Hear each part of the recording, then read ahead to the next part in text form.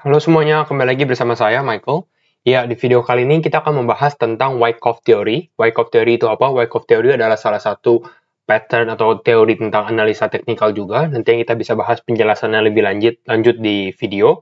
Tapi sebelum itu, kalau misalnya kalian suka video ini, tolong bisa bantu share, like, dan subscribe videonya juga ya. Terima kasih semuanya.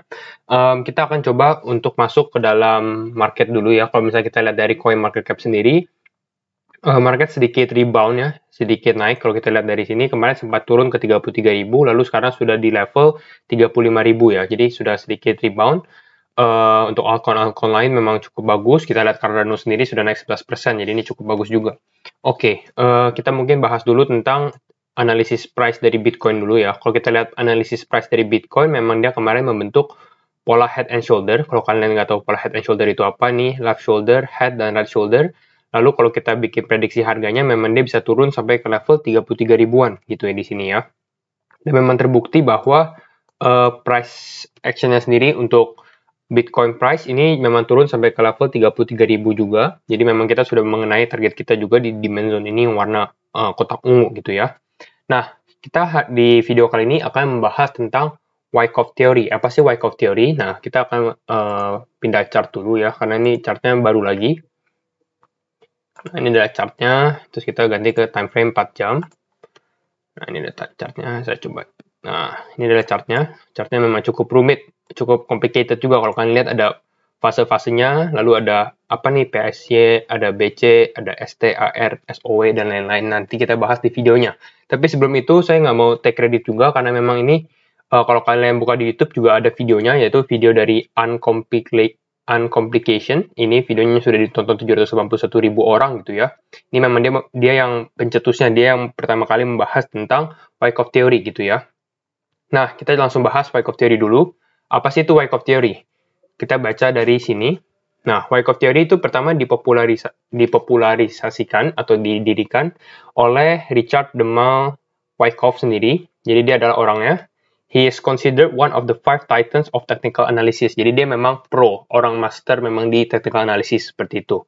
Nah, Wyckoff ini memang lalu kita lihat lagi, Mr. Wyckoff observed numerous retail investors being repeatedly fleeced. Artinya apa? Maksudnya si Wyckoff ini melihat bahwa retail investor ini sering sekali digunakan gitu, dipergunakan atau di take advantage lah. Maksudnya dia ambil keuntungannya seperti itu. Jadi dipergunakan lah. Nah, jadi si Mr. Wyckoff sendiri ini dia menginstruk atau dia membuat sekolah tentang trading juga, tentang technical analysis untuk menjelaskan tentang the real rules of the game. Jadi pertama peraturan-peraturan apa nih di financial market ini gitu. Nah, salah satunya adalah how to identify large operators, accumulation, and distribution of stock with how to take positions in harmony with these big players. Jadi, salah satunya adalah untuk mengidentifikasi whale-whale, paus-paus. Kita tahu kalau misalnya orang yang punya dana banyak, kita biasa termnya itu as a whale atau enggak paus gitu ya. Nah, di Wyckoff ini memang ada dua metode sebenarnya. Wyckoff distribution method atau Wyckoff accumulation method. Untuk di video kali ini kita akan membahas distributionnya sendiri. Ini awalnya sebenarnya untuk stok atau untuk saham, tapi kita bahas ini di dalam chart Bitcoin juga. Seperti itu adalah introduction-nya. Oke, kita langsung mulai ke chartnya sendiri ya. Nah, ini adalah chartnya. Nah, ini saya jelaskan dulu di 4 jam ya. Ini saya ambil dari Bitcoin perpetual ini sebenarnya sama saja dengan harga Bitcoin ya. Jadi kalau kalian Bitcoin USD atau Bitcoin USDT juga sama. Oke, kita akan lihat ininya. Nah, ini adalah chartnya sendiri. Coba saya rapikan dulu biar gampang dijelaskan. Nah, ini adalah chartnya sebelah kanan. Distribution schematic Wyckoff events and phases. Nah, ini adalah chart kita gitu ya. Jadi sebenarnya kalau kalian lihat sendiri, secara sekilas memang mirip sekali ini ya. Jadi ada 5 fase. Saya sudah labelin juga. Ada fase A, fase B, fase C, fase D, dan fase E. Lalu di sini kita lihat ada PSY, PSY, terus ada BC, ada AR, ST, SOW, UT, ada di topnya adalah UTAT, terus ada LPSY, sama ada SOW, Sign of Weakness, terus ada LPSY yang kedua gitu ya di sebelah sini ya. Lalu ada juga support lines dan resistance lines di sebelah sini gitu ya. Jadi ini memang sudah cukup mirip, kalian coba bisa bandingin juga, pause videonya, bandingkan juga ya, kalau misalnya kalian mau lihat lebih lanjut. Nah, oke, kita akan coba bahas satu-satu. Mungkin bahasnya in general juga ya, karena kalau misalnya kalian mau lihat yang lebih detail lagi, bisa lihat dari si videonya ini juga. karena dia memang menjelaskan lebih detail, tapi memang menggunakan bahasa Inggris gitu ya. Oke, nah di sini dia juga membuat si uncomplication, dia juga membuat penjelasannya. Jadi penjelasannya cukup bagus juga. Nah, ini adalah patternnya dia, fase A, fase B, fase C, fase D, dan fase E. Ini dia punya grafik. Tapi di grafik di sini dia membuatnya video di tanggal April 25. Jadi sekarang sudah Mei gitu ya. Jadi sudah 1 bulan gitu. Nah, kalau kita lihat pattern-patternnya sendiri, kita lihat nih, PSY apa? PSY adalah preliminary supply, BC adalah buying climax. Nah, ini pada saat buying climax, kita lihat mulanya itu pada saat di bulan Februari. Kita lihat nih, Wyckoff pattern-nya sendiri.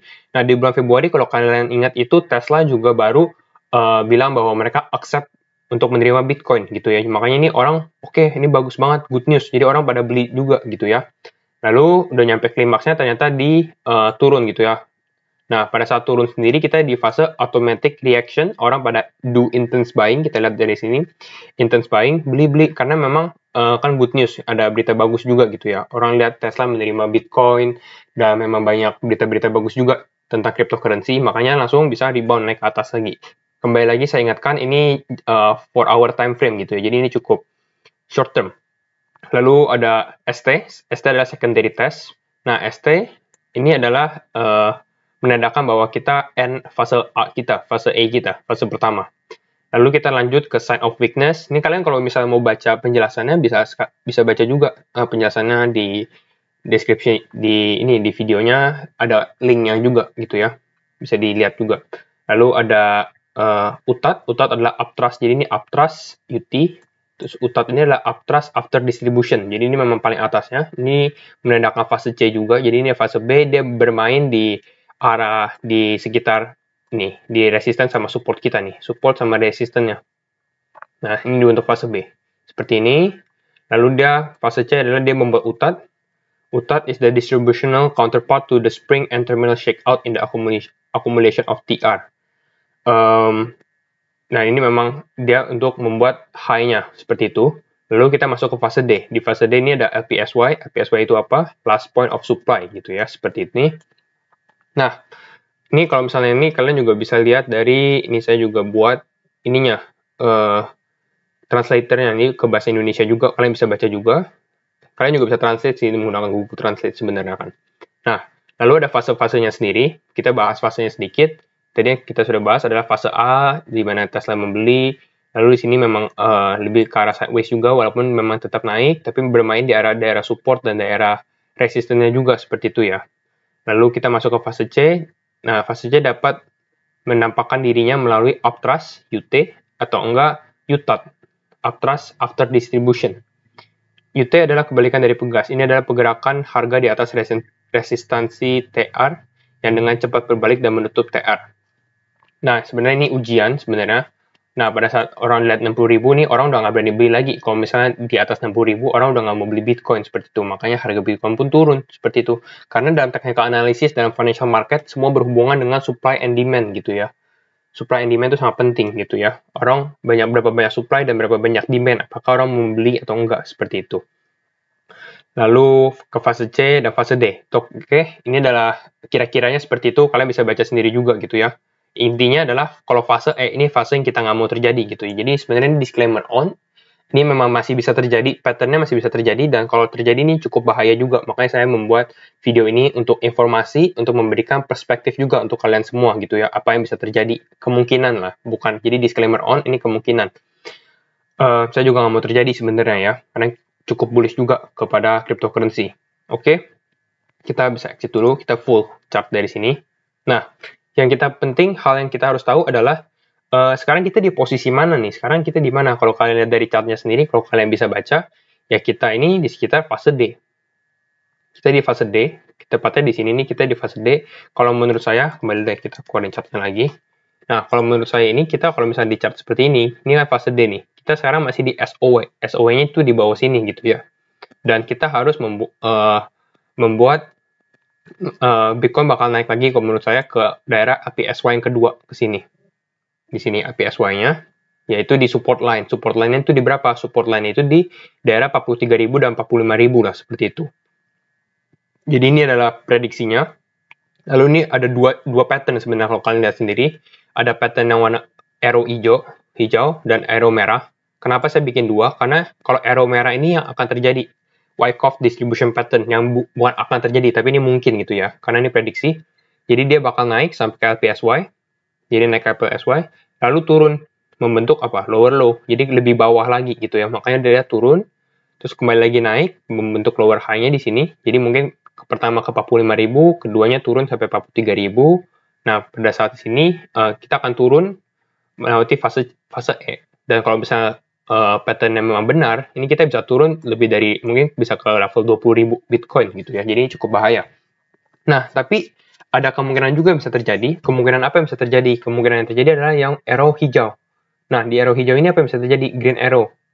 Yang terjadi adalah memang Bitcoin bakal naik seperti kita sudah prediksi ke daerah sama ke 45 ribuan, 43 ribu seperti itu. Tapi dia membuat higher low. Jadi dia nggak turun lagi, dia malah turun ke sini. Mungkin ke daerah 42 ribu seperti itu. Lalu akan melanjutkan kenaikannya lagi untuk ke 50 ribuan seperti itu. Nah, ini adalah sebenarnya ini adalah pattern yang kita mau ya, pattern hijau juga. Tapi ini kembali lagi analisis saya juga bisa salah dan disclaimer on semuanya. Begitu. Jadi kita sekarang masih di fase tersebut. Nah, jadi menurut saya apakah bisa terjadi ya? Pertama kita harus lihat sekarang Bitcoin harus pumping sampai ke level 45.000 dan ini memang cukup susah juga kalau kita lihat dari sini. Bitcoin belum menyentuh angka 42.000 sebenarnya dari kemarin dia turun gitu ya. Dan kalau misalnya mereka mau ke 45.000 itu harus naik sekitar 20%. Dan ini mungkin bakal membuat semua orang bergembira. Karena apa? Karena memang Bitcoin pumping nih, naik lagi nih, crypto naik seperti itu. Dan memang mungkin bisa terjadi. Kenapa bisa terjadi? Salah satunya adalah karena ada Bitcoin 2021 Conference. Kalau kalian nggak tahu, itu adalah conference Bitcoin terbesar di Miami, Amerika gitu ya. Itu di awal Juni. Jadi persis ini di awal Juni masih bisa terjadi, dia bisa pumping sampai mungkin bisa ke sini nih. Mungkin pumpingnya cepet. Seperti ini patternnya. Jadi kan sekitar 4 sampai 6 Juni kalau nggak salah ya. Jadi di 7 Juni, 6 Juni mungkin bisa naik sampai sini. Nah, terus kita bisa lihat prediksi Bitcoin ke mana gitu ya. Nah, terus kalau misalnya kita udah tahu nih hal ini bisa terjadi, terus action apa yang harus kita lakukan? Makanya nih saya sebenarnya di LPSY ini warna orange. Kenapa? Karena ini belum terjadi gitu ya. Ini belum terjadi. Ini mungkin terjadi. Makanya dibedakan saja gitu. Nah, action yang kita bisa lakukan adalah yang pertama yaitu take profit saja di resistance yang di sekitar sini 43-45 ribu. Mungkin ini adalah salah satu solusi yang kita bisa lakukan gitu ya. Dan kalau misalnya dia turun, kita sudah mengantisipasinya lah seperti itu. Itulah istilahnya. Oke, itu saja video dari saya introducing ke Wyckoff method atau Wyckoff theory. Jadi kalau kalian suka video ini, tolong bantu like, share juga ke teman-teman, ke grup kalian yang main crypto juga. And see you in the next video. Bye-bye. Thank you for watching.